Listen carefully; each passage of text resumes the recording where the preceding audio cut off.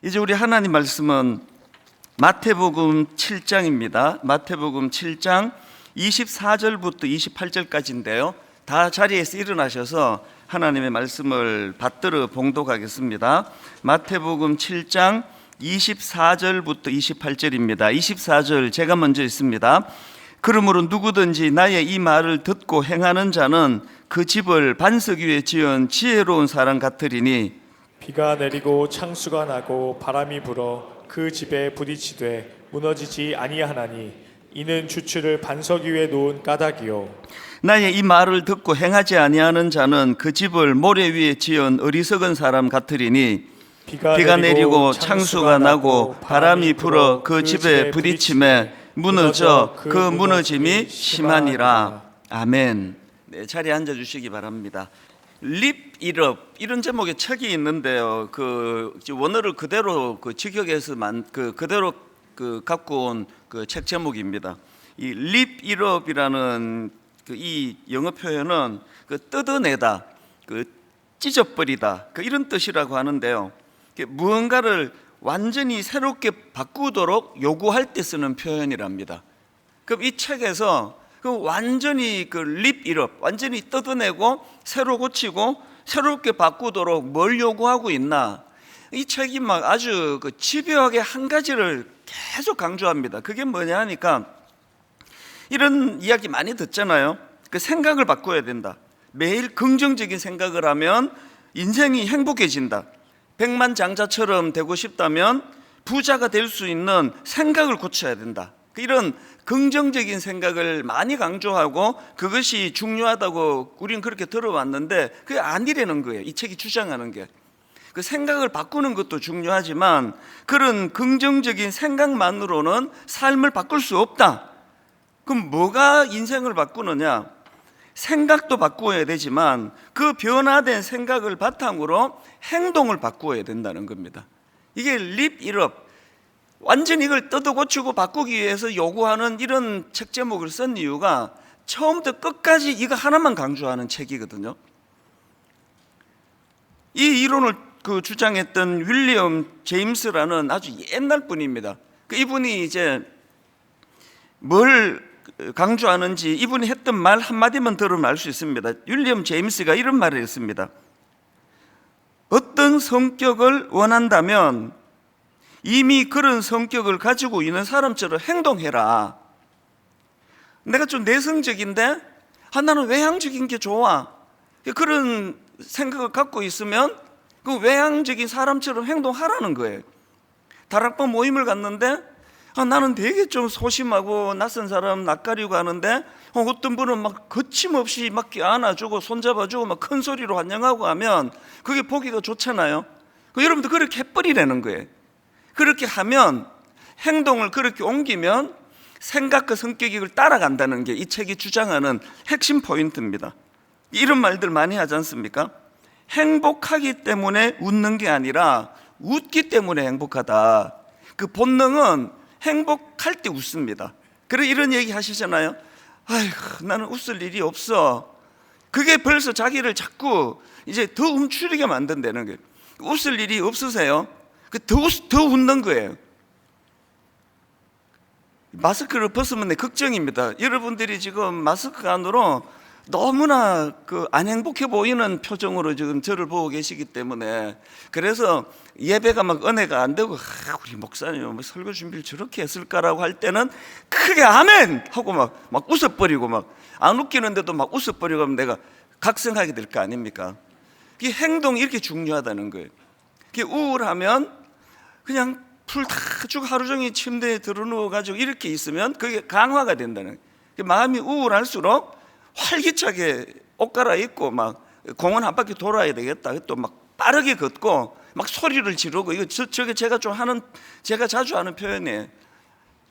행복하다 이러면서 주여 저가 행복한 거죠. 이렇게 혼자서 소리를 지르면서 그렇게 하면은 한 시간 걷고 나면 우울했던 기분 싹 가시는 거예요. 이건 저는 오래전부터 경험하고 있는 거거든요. 그래서 저는 행복하기 때문에 웃는 게 아니라 웃기 때문에 행복하다. 일단 행동하면 그 행동이 그 사람을 변화시킨다는 이 주장이 저는 너무 공감이 되고 동의가 됩니다. 그래서 이 책에서 주장하고 있는 변화하고 싶다면 먼저 행동을 바꾸어라. 변화하고 싶습니까? 행동을 바꾸시면 돼요. 다락방 가셔가지고 여러분이 내성적인 성격이 좋으시면 그것도 나쁘지 않아요. 조용하고 뭐 이렇게 차분하고 묵상하고 이거 좋은 분은 그렇게 하시고요. 저는 대학교 다닐 때 좀 부산했던 사람이에요. 집에 붙어 있지를 못하던 사람이었는데 바꾸었습니다. 저는 요즘에 한 주 내내 그냥 책상에 앉아 있어도 하나도 답답하지 않게 됐거든요. 바꾸니까 되더라고요. 그 여전히 저 안에 외향적인 성격은 많이 약해졌지만 사라진 건 아니지만 굉장히 그런 내성적인 부분이 강화가 되는 거 이게 얼마든지 가능합니다. 이런 면에서 저는 그 나이키 신발 그 신발을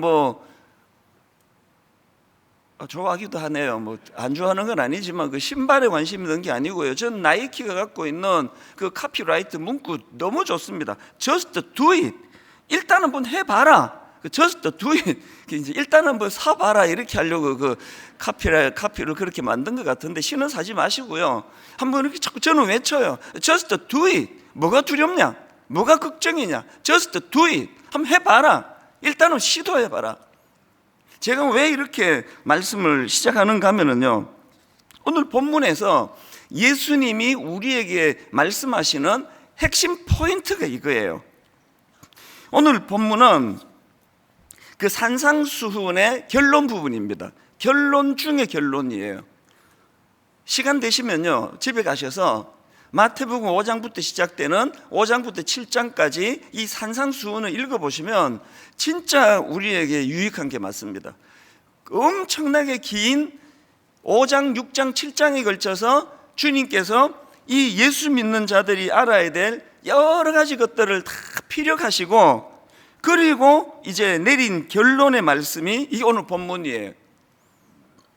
마태복음 7장 24절을 한번 보십시오.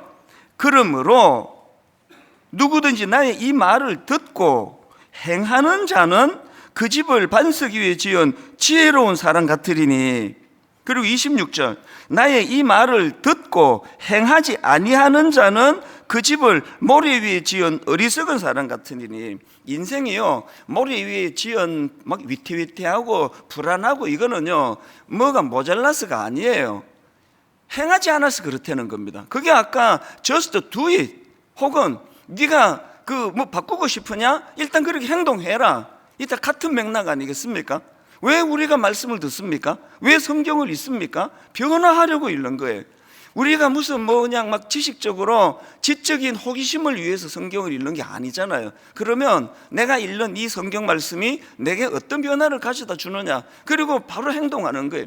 마태복음 5장부터 나오는 산상수훈을 읽다 보면은 원수를 사랑하라 이런 대목이 나오거든요. 그럼 그 즉시로 약간 홀드해 놓고 약간 지금 관계가 서먹서먹한 사람들이 전화해 버리는 거예요. 내가 성경 읽다가 내가 네 생각이 났는데 미안했다. 우리 잘 지내자. 그리고 끊어. 나 저 성경 읽어야 된다. 끊고 또 읽는 거예요. 행하는 거예요. 행하는 거. 이게 예수님 말씀입니다. 이 말을 듣고 행하는 자, 이 말을 듣고 행하지 않는 자, 그게 아까 그 립 이럽이라는 책에서 강조하는 변화하고 싶다면 먼저 행동을 바꾸어라. 오늘 이게 참 저에게 굉장히 지난 한 주 동안에 이 말씀에 그 준비를 하면서 제가 도전을 받고 저도 다시 마음을 다짐한 겁니다. 지난주 제가 그 레너드 스윗 교수가 말한 네 종류의 교회를 분석하면서 참 제가 요즘에 위기라는 그런 말씀을 드렸잖아요. 분당 우리 위기가 맨 처음에 개척할 때 그 사명 중심의 교회였습니다. 확실해요. 그 미션 처치였습니다. 우리 건물 없어도 주중에 모일 때 없어도 불편해하지 않고 정말 사명 중심으로 우리 행복하게 교회가 시작이 됐는데 그 교수님 분석처럼 좀 있으니까 이게 그 미니스트리 처치, 우리말로 목회적 교회로 건너가더라고요. 사명을 감당하기 위하여 막 유기적으로 일하고 사역하고 이런 것들은 조금씩 느슨해지고 이제 이 조직이 중요해지고 교회를 하려고 하다 보니까 여러 가지 이런 시스템을 만들고 이런 것들로 이제 진행되더라고요. 그리고 이걸 좀 시간이 좀 더 지나니까 이게 이제 현상 유지적인 교회, 메인터넌스 교회로 분당 우리 교회도 그렇게 흘러갈 수밖에 없다는 걸 저는 알거든요. 그래 제가 뭘 두려워했다 그랬습니까? 이거를 내버려두면 이 현상 유지하기에 급급하다가 급기야는 이제 박물관 교회처럼 굳어버린 교회. 박물관은 다 옛날 거 보러 가잖아요. 그 옛날에 이랬구나, 3000년 전에 이런 뭐 그림이 나왔네. 이 끔찍한 유럽 교회가 보여주고 있는 그런 모습인데요. 그래서 제가 마음에 너무나 지난 한 2월 내내, 그리고 이제 미국 가 있는 기간 동안에 두려움이 많았습니다. 이제 분당 우리 교회는 이 흐름을 따라 가지고 현상 유지적인 교회로 이제 흘러가고 있는 건가? 이게 이제 마음에 두려움이 많아서 여러분들한테 제가 이런 말씀을 좀 나누지 않았습니까? 그런데 저는 어떻게 하면은 이 현상 유지적인 교회 혹은 박물관 교회 이런 것들로 전락을 하는 것을 막을 수 있을까, 그렇게 고심하다가 이제 그 앞으로 3주에 걸쳐서 이거를 막는 3가지 대안을 이제 시리즈로 설교를 제가 준비하게 됐습니다. 오늘 이제 첫 번째 시간인데요. 우리 개인도 마찬가지고 교회도 마찬가지고 우리는 초심을 유지할 수 있는 힘이 없다는 거예요.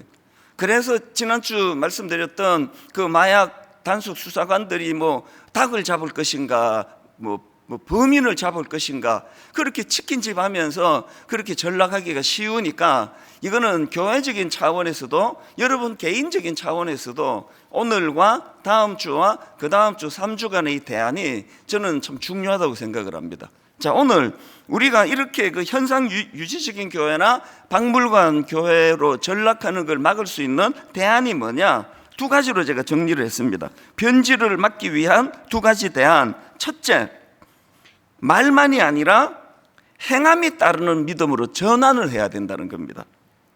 24절을 다시 한번 보십시오. 그러므로 누구든지 나의 이 말을 듣고 행하는 자는 그 집을 반석 위에 지은 지혜로운 사람 같으리니, 예수님께서 이 맥락으로 말씀을 주시는 건요, 그 앞에 15절부터예요. 자, 마태복음 7장 15절 한번 보십시오. 거짓 선지자들을 삼가라. 양의 옷을 입고 너희에게 나아오나 속에는 노략질하는 일이라. 여기서 지금 거짓 선지자의 특징이 가장을 잘하는 거예요. 가장을. 그래서 이 양의 옷을 입고 나타나니까요. 그래서 뭐 엄청 자기가 대단한 선지자인 것처럼 그렇게 이야기를 하는데, 이게 뭐 이게 진짜인지 가짜인지 어떻게 아느냐고요. 이 구분을 주님이 어떻게 하시느냐. 자, 15절부터 다시 읽어드릴게요. 거짓 선지자들을 삼가라. 양의 옷을 입고 너희에게 나아오나 속에는 노략질하는 일이라. 그렇기 때문에 16절, 그들의 열매로 그들을 알지니 가시나무에서 포도를 또는 엉겅퀴에서 무화과를 따겠느냐? 어떤 번역을 보니까 여기 나오는 열매를 그들의 행동으로 그들을 알지니, 이렇게 번역한 것도 제가 본 기억이 있습니다. 여러분이 보기에 저 목사님이 저게 신령한 목사인가? 저 좀 변질된 목사인가? 구분하는 거 별로 어렵지 않아요. 그 열매를 보면 안 되는 거예요. 행동을 보면 안 되는 거예요. 뭘 추구하는지를 보면 그 사람을 안 되는 거거든요. 이게 예수님이 지금 우리에게 보여주시는 말씀입니다. 20절에서도 그래서 주님이 또 언급하세요. 이러므로 그들의 열매로 그들을 알리라. 그들의 행동으로 그들을 알리라. 이건 21절도 마찬가지입니다. 나더러 주여 주여 하는 자마다 다 천국에 들어갈 것이 아니요 다만 하늘에 계신 내 아버지의 뜻대로 뭐 하는 자라야 들어간다고요? 행하는 자라야 들어가느니라. 우리가 늘 머리로 뭐 그냥 이론으로 뭐 복음이 이렇다더라, 뭐 십자가가 이렇다더라 아무리 담아도 주님이 우리에게 원하시는 건 삶의 변화예요. 내가 얼마나 좋은 생각을 하느냐, 그것 중요하지만 그것이 내게 어떤 좋은 열매를 맺게 만드느냐, 이게 중요하다는 겁니다. 저는 모세와 이스라엘 백성들이 홍해를 건너는 과정에서 되게 흥미로운 구절 하나를 제가 발견을 했는데요. 하나님께서 그 모세에게 그 홍해를 건너는 과정에서 모세에게 이렇게 말씀하십니다. 출애굽 14장 15절, 여호와께서 모세에게 이르시되 너는 어찌하여 내게 부르짖느냐? 이스라엘 자손에게 명령하여 앞으로 나아가게 하고. 이거 잘못 읽으면 내 헷갈리잖아요. 모세가 막 기도하는데 뭐 왜 나한테 왜 기도하니? 뭐 이런 느낌으로 받잖아요. 너는 어찌하여 내게 기도하느냐? 어찌하여 내게 부르짖느냐? 이게 무슨 말이지? 여러 번역 성경을 보다 보니까요, 공동 번역이 선명하게 이 뉘앙스를 설명합니다. 이렇게 번역했더라고요. 너는 어찌하여 나에게 부르짖기만 하느냐예요. 부르짖기만 하느냐. 부르짖는 걸 꾸짖는 게 아니라 너는 어찌하여 나에게 부르짖기만 하느냐. 그렇게 기도했으면 이제 이스라엘 백성들에게 뭘 명령합니까? 전진하라고 명령해라. 이게 저에게 오래전에 깨달은 이 말씀이 굉장히 저에게 자리를 잡았습니다. 너는 어찌하여 나에게 부르짖기만 하느냐? 이스라엘 백성에게 전진하라고 명령해라. 저는 이 말씀이요, 야고보서 2장 22절, 내가 보거니와 믿음이 그의 행함과 함께 일하고 해요. 믿음이 그의 행함과 함께 일하고 행함으로 믿음이 온전하게 되었느니라. 그래서 이제 제가 그 3주 동안 너무나 두렵고 불안하고 괴로운 시간을 보냈는데요, 한 3주를 그렇게 묵상을 했더니 하나님이 대안을 주시고, 그 첫 번째로 지난주에 그렇게 설교를 했더니 얼마나 행복했는지 모릅니다. 분당 우리 교회가 이제 현상 유지적인 교회로 전락하지 않고 뮤지엄 교회로 전락하지 않도록 우리 모두가 힘을 합하자고 그랬더니요, 한 주 내내 들려왔던 너무너무 반갑고 고마운 이야기들, 지치 순장님이 연락을 해주시고요, 또 교구에서 말씀하시는데 지난주 설교 듣고 내가 힘을 내기로 했다고, 내가 하나님 앞에 더 달려가기로 했다고, 우리 청년들이 또 많은 성도님들이 이제 이런 말씀이 선포되고 나니까 맞아, 분당 우리 교회가 이런 어떤 현상 유지적인 교회로 전락하는 거 막을 수 있어, 막아야 돼. 많은 분들이, 우리 교구 목사님들이, 전사님들이 저에게 그런 소식을 전해줄 때 진짜 행복했습니다. 피리를 불면 춤추는 성도들이 모인 교회. 비록 우리가 좀 부족하고 저도 뭐 여러 가지 연약하고 하지만 우리의 이 강점만 살아있다면 분당 우리 교회 절대로 박물관 교회로 전락하는 일이 없을 줄 믿습니다. 아까 말했잖아요, 은혜가 좀 안 될 때는 더 크게 하라고, 아멘을. 그러면 갑자기 그 다음부터 은혜가 돼요. Just do it. 이거는 하지 말고 그 구분을 잘 하셔야 되는데, 하여튼 여러분들이 어떻게 해서든지 간에 우리 개인의 심령도, 아니 사명받은 형사가 그 뭐 치킨을 잡을 것인가 범인을 잡을 것인가 이러고 있는 자리에 빠지지 않으려면 하나님 앞에서 우리가 한번 행하기를 원하는 겁니다. 행동하기 원하는 겁니다. 하나님, 제가 이 말씀대로 너는 어찌하여 나에게 부르짖기만 하느냐, 그만큼 기도했으면 이제 백성들에게 전진하라고 명령해라. 이런 정신이 분당 우리 교회 안에서 살아나기를 바랍니다. 이게 변질을 막기 위한 첫 번째 대안이고요. 두 번째 대안이 뭐냐? 변질을 막기 위한 두 번째 대안, 행하는 게 그렇게 중요하지만 그러나 행하되 말씀에 기초한 행함이어야 한다는 겁니다. 말씀에 기초한 행함. 앞에서 행함의 중요성을 강조했지만 그러나 여러분, 하나님의 말씀이라는 가이드가 없이 행하면요, 그거 망하는 길로도 열심히 갈 수가 있는 거거든요. 자, 마태복음 7장 24절을 강조점을 달리해서 한번 읽어보겠습니다. 자, 보십시오. 제가 따옴표를 했어요, 거기다. 그러므로 누구든지 나의 이 말을 듣고 행하는 자는, 사실 이게 그 행함을 강조하시기 위한 주님의 말씀이지만 우리가 이제 그 동전의 양면처럼 나의 이 말을, 주님의 이 말씀을 듣고 그리고 행하는 자는 그 집을 반석 위에 지은 지혜로운 사람과 같다는 거예요. 이 주님이 이거 뭐 지금 행위 구원을 강조하시는 게 아니고요, 그 주옥 같은 산상수훈의 말씀을 들려주셨는데 그 말씀이 자기 삶에 모든 변화를 가져다 주는 기준이 되게 하고, 그 기준이 된 그 하나님의 주님의 말씀을 가지고 행하라는 겁니다. 21절도 마찬가지예요. 이것도 강조점을 달리해서 읽어드릴게요.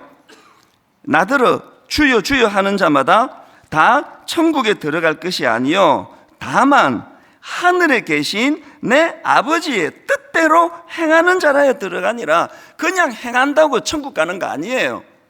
우리가 행하되 하늘에 계신 내 아버지의 뜻대로 행하는 거예요. 그러려면 어떻게 해야 됩니까? 아버지의 뜻이 뭔지를 알아야 될 거 아닙니까? 행동하기 전에 아버지의 뜻이 뭔지를 알아야 된다. 제가 사도행전 22장을 읽다가 보니까요, 이제 바울이 또 간증을 하잖아요. 내가 어떻게 예수 믿게 됐는지를 간증을 하는데 그 내용이 사도행전 22장 6절 7절입니다. 우리 한번 같이 한번 읽어보실까요? 자, 시작. 가는 중 다메섹에 가까이 갔을 때에 오정쯤 되어 호련히 하늘로부터 큰 빛이 나를 둘러 비치되 내가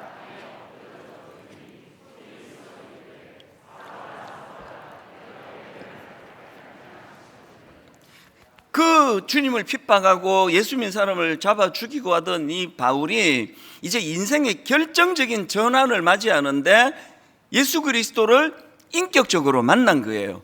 어떤 분들 그 예배를 드리다가 너무나 드라마틱하게 하나님을 만나서 예배 끝나고 다 돌아가는데도 그 자리를 못 떠나고 눈물이 범벅이 되어 기도하는 분들을 저는 그 개척 초창기부터 많이 봤습니다.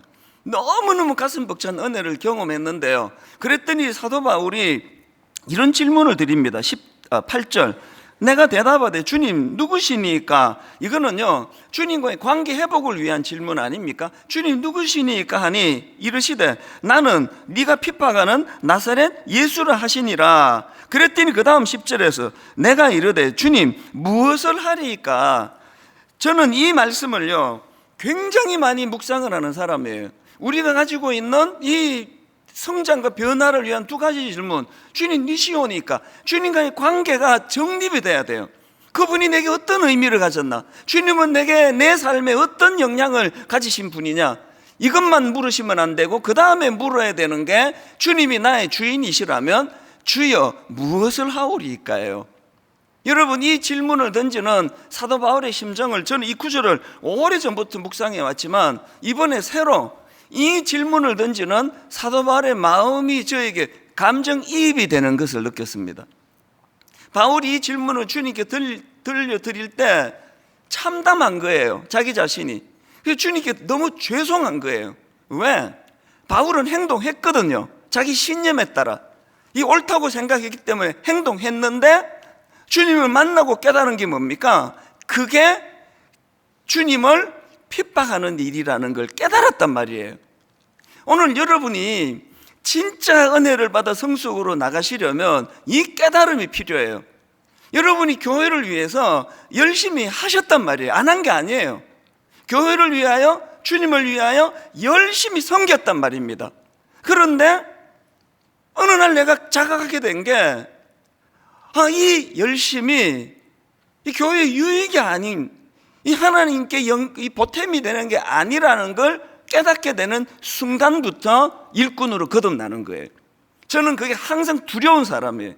분당 우리 교회를 개척하고 교회를 위하여 불철주야 열심히 뛰어다니고 있습니다. 그랬는데 은퇴할 무렵에 그게 제 열심이었지 하나님이 기뻐하시는 교회의 모습이 아니었다면 어떻게 하겠냐고요. 성가대 얼마나 존경스럽습니까? 특히 일부 그 꼭두 새벽에 나오셔가지고 그냥 그 새벽에 목도 안 풀리는데 저렇게 열심히 막 다 했는데 어느 날 문득 내가 일부 성가대를 위해서 열심히 한 게 이게 우리 성가대에 있는 보탬이 안 되는 일이었구나. 하나님 보시기에 이게 기뻐하지 않는 열심이었구나. 이걸 자각하는 그때부터 진짜 일꾼이 된다는 거예요. 사도 바울이 주여 무엇을 하오리까?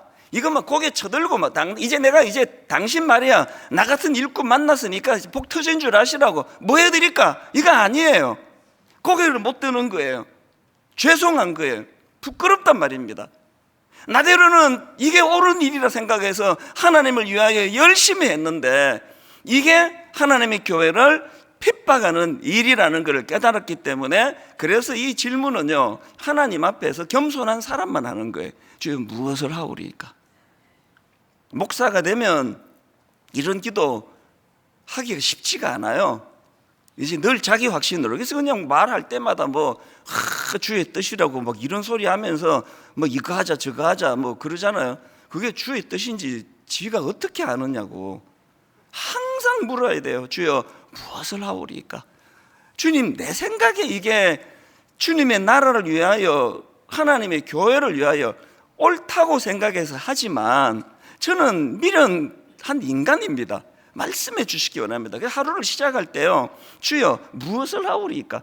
우리가 그 자녀 교육 어떤 면에서는요, 묻지 않고 제멋대로 자녀 교육 시켜가지고 결과물만 가지고 명문대 갔잖아. 그럼 뭐 합니까? 상처투성인 자녀를 만드는데요. 자녀 교육 저같이 이미 기회가 별로 없는 사람은 지금도 좀 노력을 하긴 하지만 아직 어린 부모님들 들으셔야 돼요. 매일마다 자녀 교육하면서 물어야 돼요. 주여 무엇을 하오리까? 내가 어떻게 하면 이 아이를 잘 기를 수 있을지 가르쳐 주시옵소서. 이 묻는 거거든요. 제가 앞에서 3주 동안 이제 분당 우리 교회가 현상 유지적인 교회, 박물관 교회가 되지 않도록 대안을 3가지 이제 한 주씩 말씀드리겠다 했는데요. 첫 번째 대안은 이겁니다. 분당 우리 교회가 변질되는 것을 막는다. 분당 우리 교회가 현상 유지적인 교회, 분당 우리 교회가 박물관 교회를 막기 위한 첫 번째 대안, 강력한 대안 딱 하나입니다. 우리 교회가 말씀 묵상하는 교회가 되는 거예요. 우리 교회가 말씀 묵상하는 교회가 되면 말씀을 제대로 묵상하면 아까 행동하게 된다 그랬잖아요. 반석 위에 지은 그런 교회가 되기 위해서는 모든 성도님들이 말씀 묵상하기를 힘쓰는 그런 교회가 되어야 된다. 한번 따라해 보시겠습니까? 말씀 묵상하는 교회, 말씀 묵상하는 교회. 여러분에게 적용합니다. 말씀 묵상하는 성도, 말씀 묵상하는 성도. 사도 바울이 제 생각이 항상 옳아가지고 제멋대로 할 때 쉬웠어요. 혈기 나는 대로 하면 되니까. 그런데 이후에 사도 바울이 쓴 그 편지도 읽어보세요. 항상 바울은 하나님의 말씀에 사로잡혀 있던 사람이에요.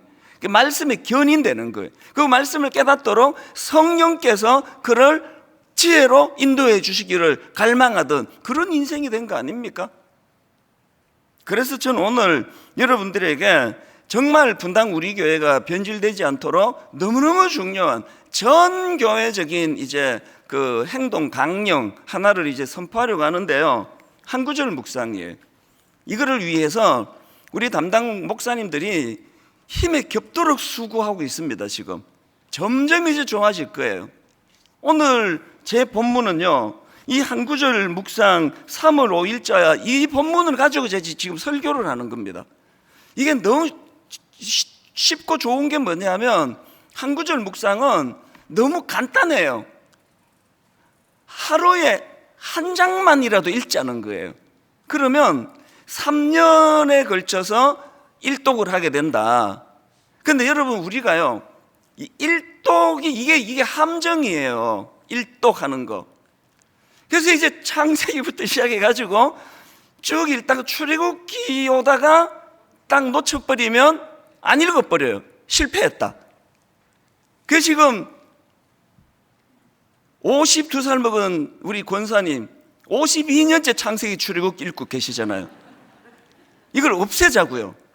일독 하면 좋지만 없애고 2달을 그만두었던 석 달을 그만두었던 깨달으면 또 읽자는 거예요.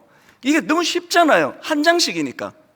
그리고 그걸 교회에서 한 구절을 묵상할 수 있도록, 우리는 초신자가 많은 교회니까 한 구절이라도 묵상할 수 있도록 이 자료를 드리니까요. 그래서 저는 마음에서 이제 그 한 구절 묵상 이 내용을 하면서 제가 싸우는 걸 고백할 수밖에 없습니다. 대형 교회가 되면은요, 담임 목사가 맨날 싸우는 게 있습니다. 자꾸 이벤트 하고 싶은 거. 체육관 빌려가지고 20주년 행사하고 싶고요. 막 엄청 이 출정식도요, 막 어마어마한, 우리는 뭐 본당이 이래가지고 뭐 하기가 좀 어렵긴 해요.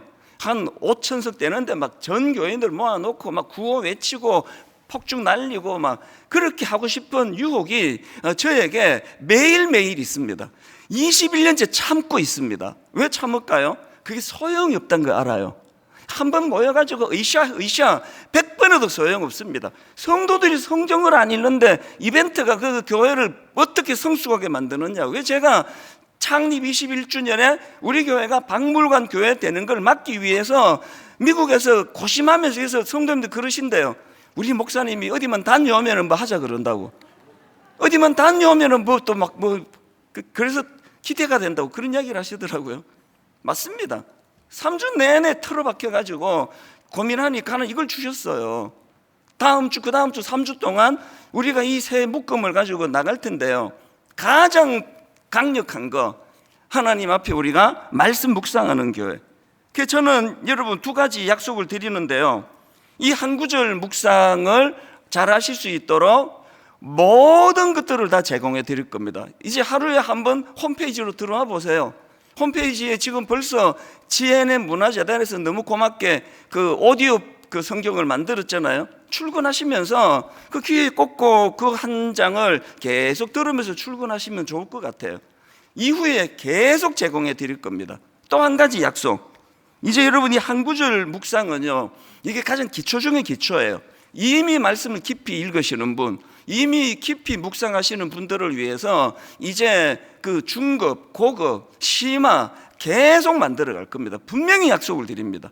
그래서 여러분 지금 깊이 읽으시는 분은 이거 그냥 쏙 읽으시면 되고요. 여러분 하시는 대로 하시면 돼요. 여러분 그냥 지금까지 깊이 읽으시는 대로 하시면 돼요. 중요한 건 뭘 가지고 하든지 간에 우리는 말씀 묵상하는 교회다. 이벤트하는 교회 아니다. 제가 이거를 못을 박습니다. 쐐기를 박습니다. 체육관에서 21주년 기념 행사하겠다 그러면 아무도 나오지 마세요. 절대 나오지 마세요. 우리 그런 교회 아니라고 목사님 그랬잖아요. 왜 약속 안 지키시느냐고. 우리는 교회적으로 말씀 묵상하는 교회예요. 우리는 교회적으로 한 사람 한 사람이 말씀으로 성숙해지는 교회입니다. 건강한 교회가 뭐 별거 있습니까? 건강한 사람이 모이면 그게 건강한 교회 아닙니까? 이벤트 안 해도 돼요. 좀 하고 싶어요. 못하게 막아주세요. 그럼 어떻게 하면 됩니까? 여러분 이거 하시면 되잖아요.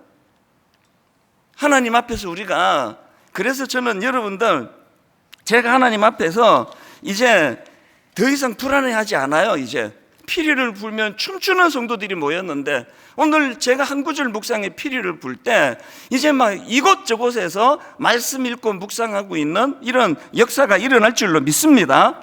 이게 왜 중요한지 아십니까? 왜 이게 중요하냐? 왜 반석 위에 말씀을 기초로 한 이게 중요하냐? 반드시 우리 인생이 흔들리는 때가 오기 때문이에요. 자, 본문 24절을 다시 보십시오.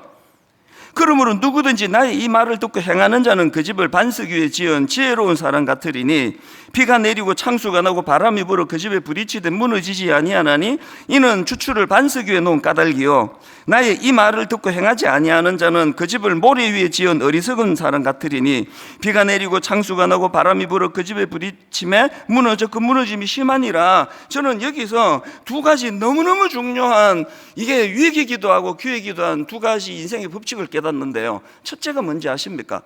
반석 위에 지은 집이라도 모래 위에 지은 집이라도 평상시에는 표시가 안 나요. 성경 한 구절 안 읽고 뭐 장로가 될 수 있고 권사 될 수 있고도 표시가 안 나요. 어떻게 표시가 납니까? 두 번째 제가 찾는 진짜 중요한 메시지는요, 반드시 인생의 위기가 올 때 그때 치명적인 어려움이 생기고 그때 회복이 일어날 수 있는 건 이 두 구조라는 거예요.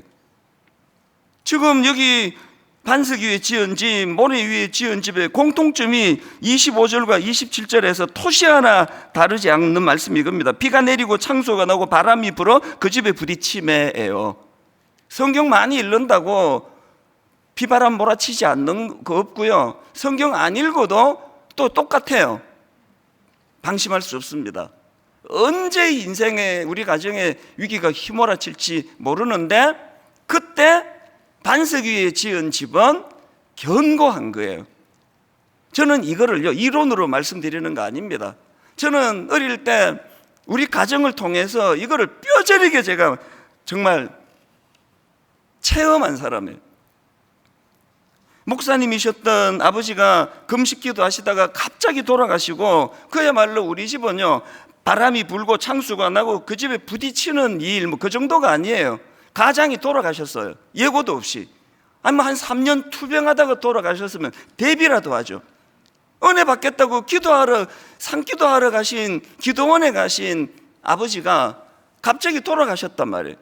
우리 가정의 위기 중에 위기예요. 5남매 중에 저는 막내기 때문에 더 위험하잖아요. 얘는 도저히 못 키우겠다. 그래갖고 어디 고아원이나 보냈으면 내가 어떡할 뻔했냐고요. 그때 우리 어머니가 굉장히 유약하신 분이에요. 저하고 성격이 좀 달라요. 저 아버지를 닮은 성격이고요. 남자 성도님 얼굴도 잘 못 쳐다보시는 분이 저희 어머니예요.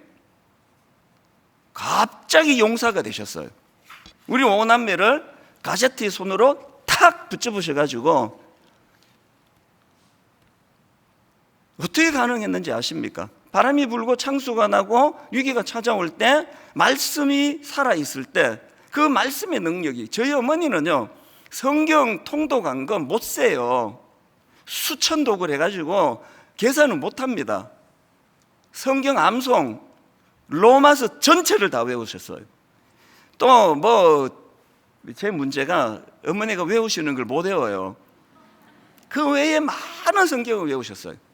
줄줄줄줄 나와요.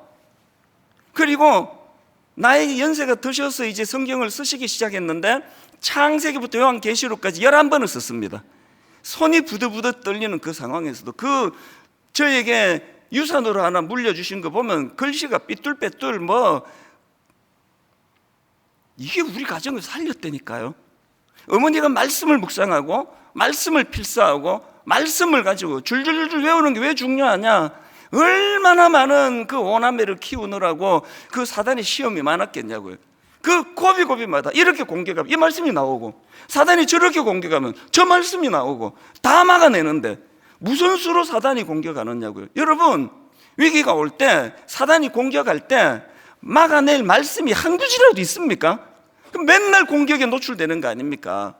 지금부터 하자고요. 아니 뭐 성경 안 읽어도 뭐 사업만 잘 되는데 옛날 전도하면 나 내 주먹을 믿어. 얼마나 오래 믿는지 한번 봅시다. 그거 50년 뒤에도 그렇게 말할 수 있습니까? 읽어 두는 거예요. 묵상해 두는 거예요. 언제? 내 인생에 흔들거릴 수 있는 위기가 찾아올 때를 대비해서. 결론을 저는 오늘 이렇게 맺기를 원합니다. 여러분 우리가요 우리 개인은 말할 것도 없고 분당 우리 교회 변질을 막는 용사가 되어 주시기를 바랍니다. 여러분 절대로 분당 우리 교회는 현상 유진하고 있는 교회가 되지 않을 줄 믿습니다. 왜? 여러분이 계시니까요. 저는 요즘에 이 찬양이 막 저를 뜨겁게 해요.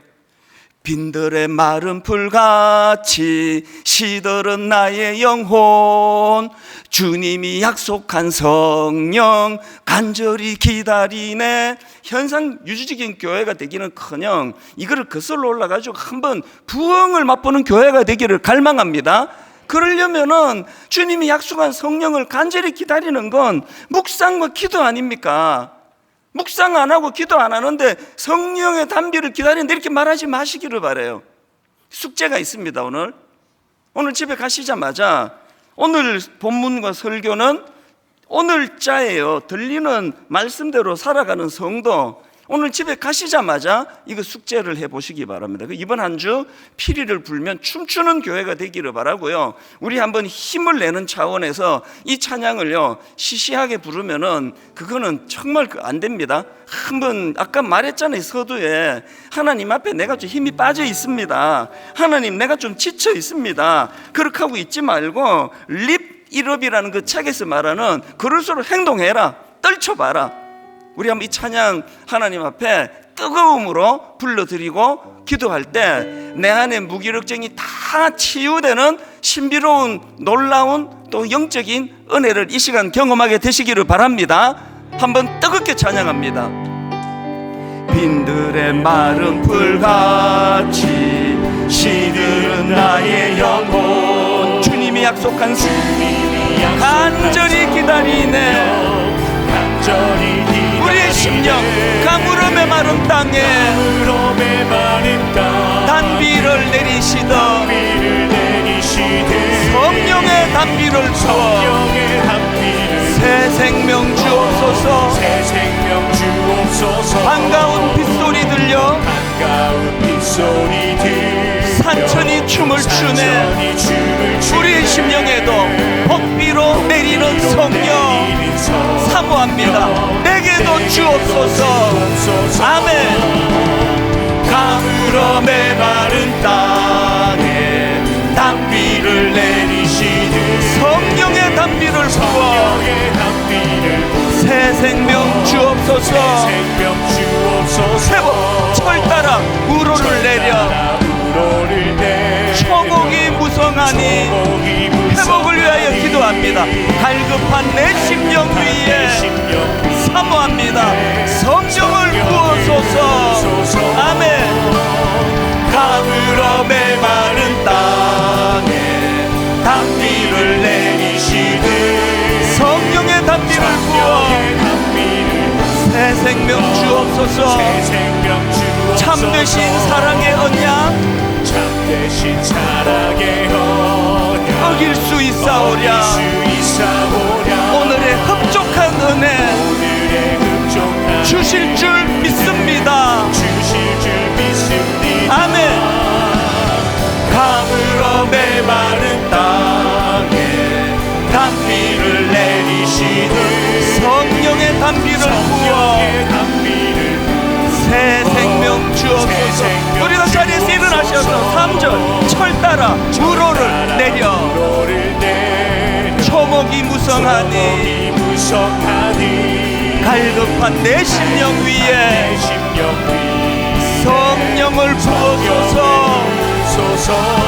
가물음의 마른 땅에 단비를 내리시던 성령의 단비를 부어 새 생명 주옵소서.